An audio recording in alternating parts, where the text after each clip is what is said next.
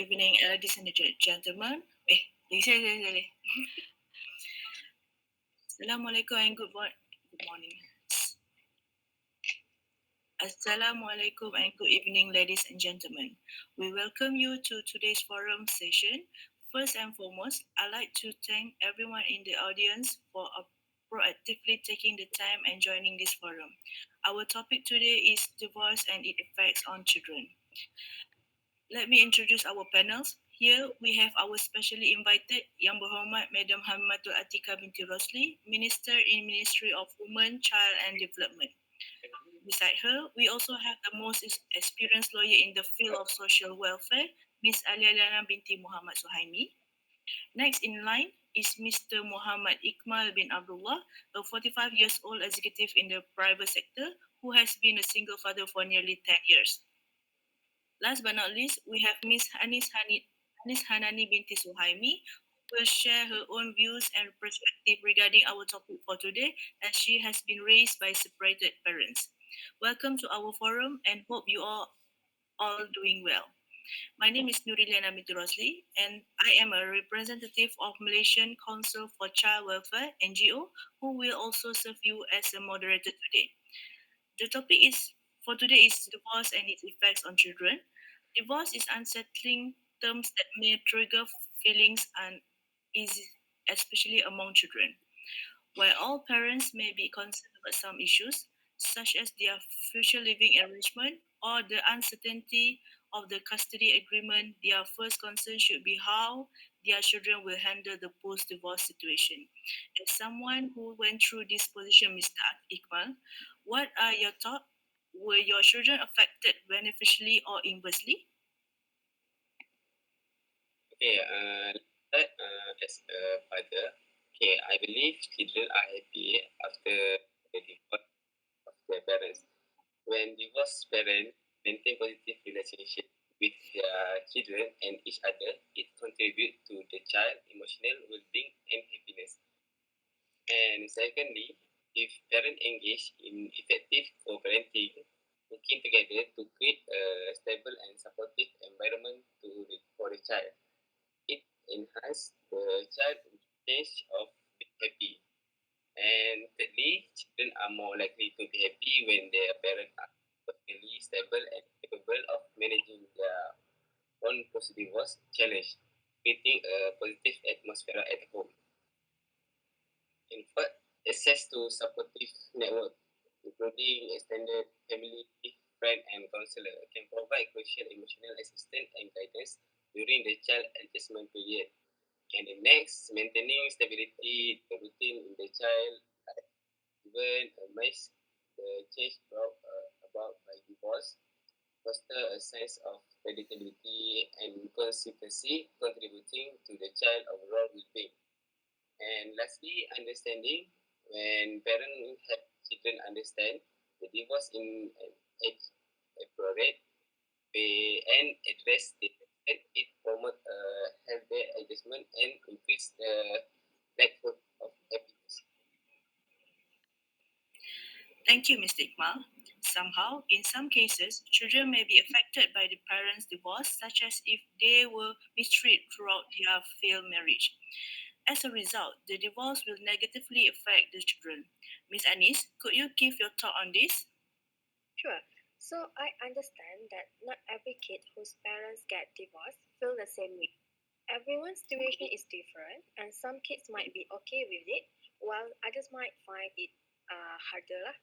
So it really depends on a bunch of things like how the parents handle it and support the kids get from family and friends. So everyone's experience is different, and that's important to keep in mind. Lah. All right. It's obvious that people's perspective on how to approach this matter is different.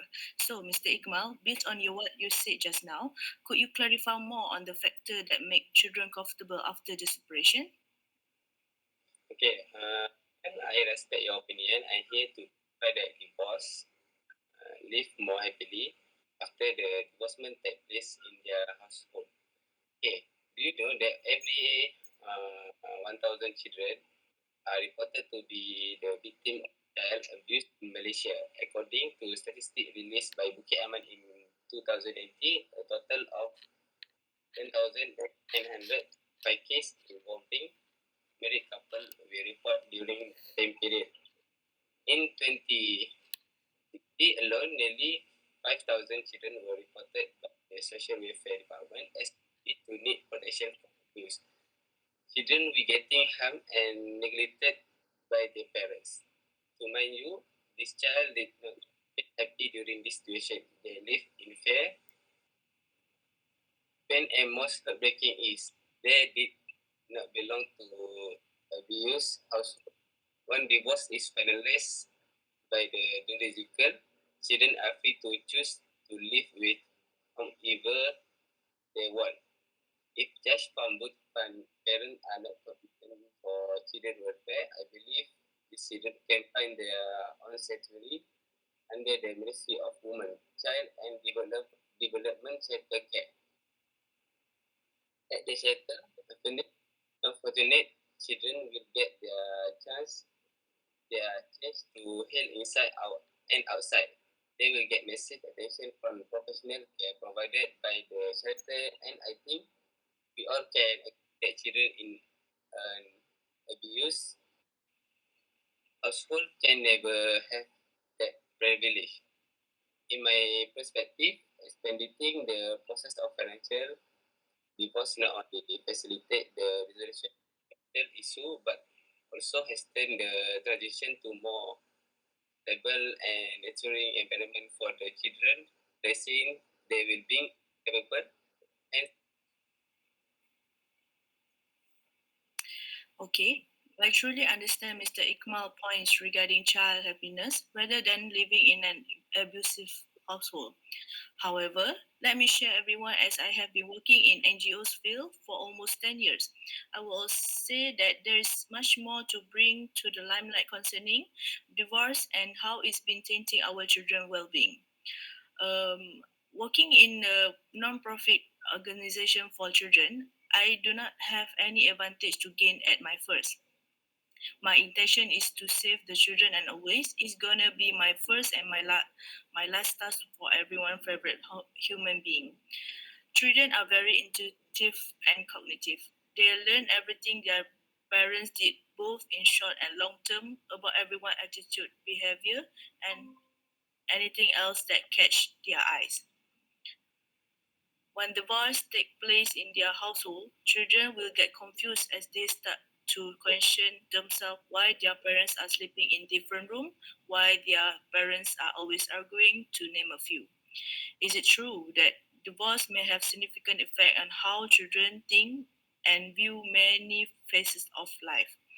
Their cognitive and emotional development may be influenced by the broad range of emotion and obstacles that their parents' divorce frequently brings about. Children may feel depressed, confused, or even guilty. This emotion might affect how they see stability, relationship and trust. Changes in living situation and family dynamic can also cause kids to reassess their sense of security and rework how they see interpersonal relationship. It is acknowledged that divorce can lead to changes in a children's cognitive and emotional frameworks, even if the consequences on children differ greatly and are impacted by a variety of circumstances. What are your thoughts on this, YB Minister? Okay, as Minister in the Ministry of Women, Child and Development, the statement acknowledged that there is no one size fits all solution when it comes to how divorce might impact children's thoughts and feelings. The effect varies according to the child's level of resilience and the circumstances surrounding the divorce. Some children may adjust to parental separation effectively, and not all children have unfavorable effects. Your input is appreciated, YB. Speak to the impact of this issue on children in this family. Based on your experience, Miss Alia, is there anything you would like to contribute from your perspective? How is the government working to educate parents about the potential impact of divorce on children and encouraging responsible parenting during and after the process? A rising 43% spike of divorce has happened in Malaysia in just 1 year due to the effect of COVID-19 lockdown. There's no official figures regarding divorced children who end up in shelter care. However, from 62 and 890 divorce cases recorded in 2022, there must be at least 10 children are suffering from parents' divorce in that year alone. I am aware that the government is doing their best to facilitate everyone's need with various programs set up for the divorced children and their parents. Such programs were Children Development Department under the Social Welfare Department, raising legal age of marriage to 18 years old and many more. But come to my scrutiny, is there an ongoing effort to improve data collection mechanism to better understand the specific needs and challenges faced by children in divorced families? And how does the government collect feedback from divorced families and children regarding the effectiveness of existing programs? And how is this feedback used to refine and enhance support service? What about a government collaboration with non-governmental organizations, NGOs, and community-based organizations to augment the support available for children of divorced parents? Okay, to answer, ongoing initiative to improve data collecting might take up time and money that could be better spent on programs and quick interventions to address the difficulties in children suffering from parent divorce. Thank you for the clarification, Ms. Hamimatul. Did the Ministry of Women, Child and Development Department design this program with the intention of preventing divorce cases involving children? I am aware that our country did not have full capacity in handling cases like this, but we must combine things together to save our divorced children from bad behavior. Small percentage of divorced kids get their advantage while some don't. Some are trying their best to adapt in society, and as an adult, it is our job to set the legislation and help them. Divorce could leave long-lasting scar on the personalities of children. We recently learned from Family Malaysia Chairman Lee Win Min quote in the articles released by Free Malaysia Today saying neglected children might associate with the wrong group of friends to cope with the trauma caused by the divorce of their parents. These divorced children are looking for their own identity.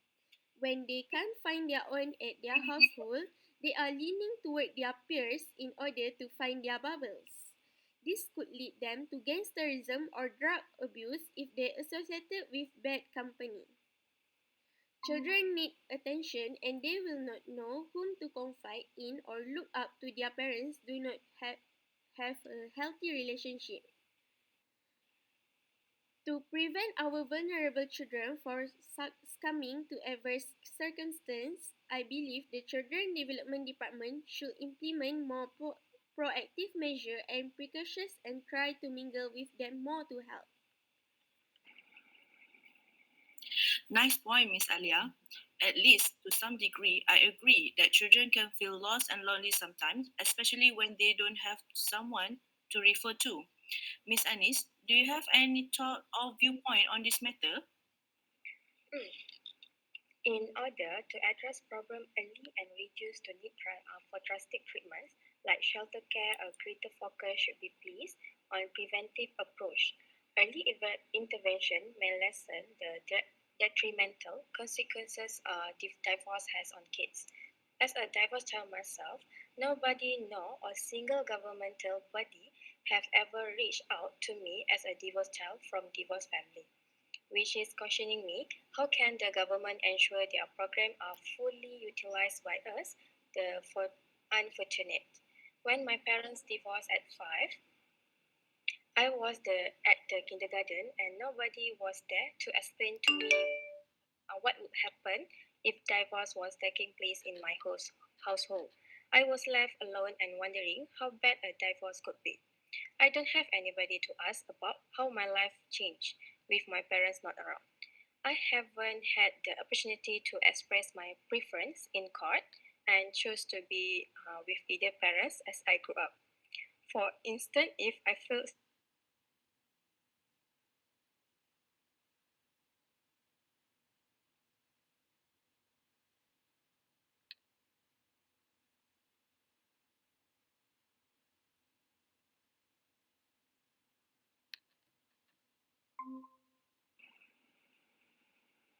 so, should the government do something about this arrangement for this issue?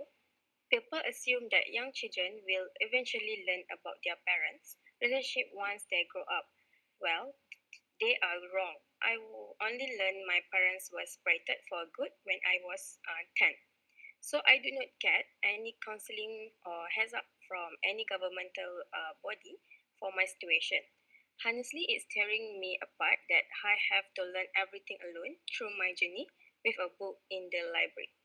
So it's a devastating experience, and I do not wish my experience on any children outside there who are probably facing the same story as I was back then.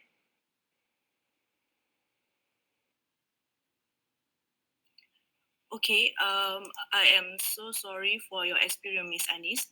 However, YB Minister, just like the divorced parents getting counsel from Sharia, should the divorced children also get their emotional support from anybody?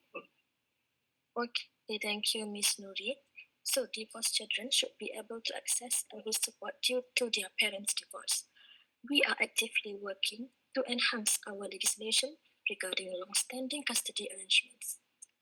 Our ongoing efforts aim to address these issues comprehensively with the hope that the positive changes will have a significant impact on the well-being of every child affected by divorce in Malaysia. Access to comprehensive mental health support service should be easily available to children who are dealing with the aftermath of their parents' divorce. Divorce related complications can have a profound effect on a child's emotional health, including emotions of uncertainty, fear, and melancholy. We recognize the special difficulties young kids confront and the value of building their emotional resilience during a time of significant family transition by making sure they have access to mental health care. This preemptive strategy demonstrates a dedication to the comprehensive welfare of divorced children, addressing not just the short-term emotional turmoil, but also promoting the stability and long-term mental health of the children. With the establishment of the Children's Development Department, divorced children can gain benefits such as prevention, development, protection, rehabilitation, and integration. The best part of this program also can be accessed by all unfortunate children, and we can ensure that all of our officers are cooperating 100% with children's needs at its best. Unfortunate children can also request for emotional support from the professional care under this program, and it is free since it's an initiative from the government to the child. Your valuable input is greatly appreciated, YB.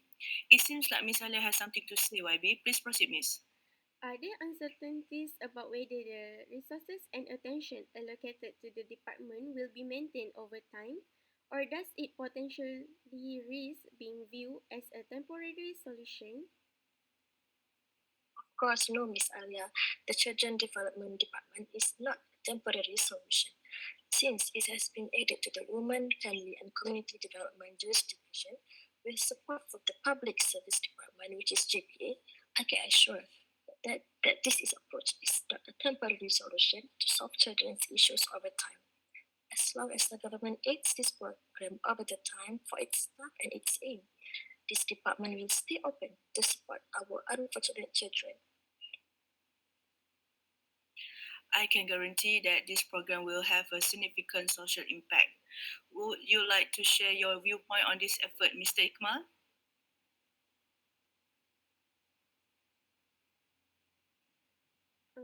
Sorry? Mr. Ikmal? Okay. Can government and NGO work together to provide support for divorce, this especially? Certainly. Divorced families are more than welcome to contact an NGO to provide them with the support they need. Divorced family can explore online directories and platforms dedicated to listing NGOs such as Women Aid Organization, Persatuan Hak Bapa Sedunia, and more from community service directories. Support group or workshop designed for divorced individuals, as participants often share valuable information about NGOs that have proven beneficial. This can create an informal network of support and recommendation within the company. Participate in online forums or communities dedicated to divorce and family support. Members of these communities often share resources and recommendations, providing valuable insight into NGOs that have been proven helpful in similar situations. When contacting NGOs, be prepared to share information about your divorce family's specific needs and circumstances. This proactive approach enables NGOs to offer tailored guidance and connect with the most relevant support service for this situation. Okay, I think that's all for today's forum. Um, I would like to close this forum by thanking all of the panels for the participate in our forum. I would like to also thank to um, our panels for being with us today. Uh, until then, see you next time. Thank you. Thank you.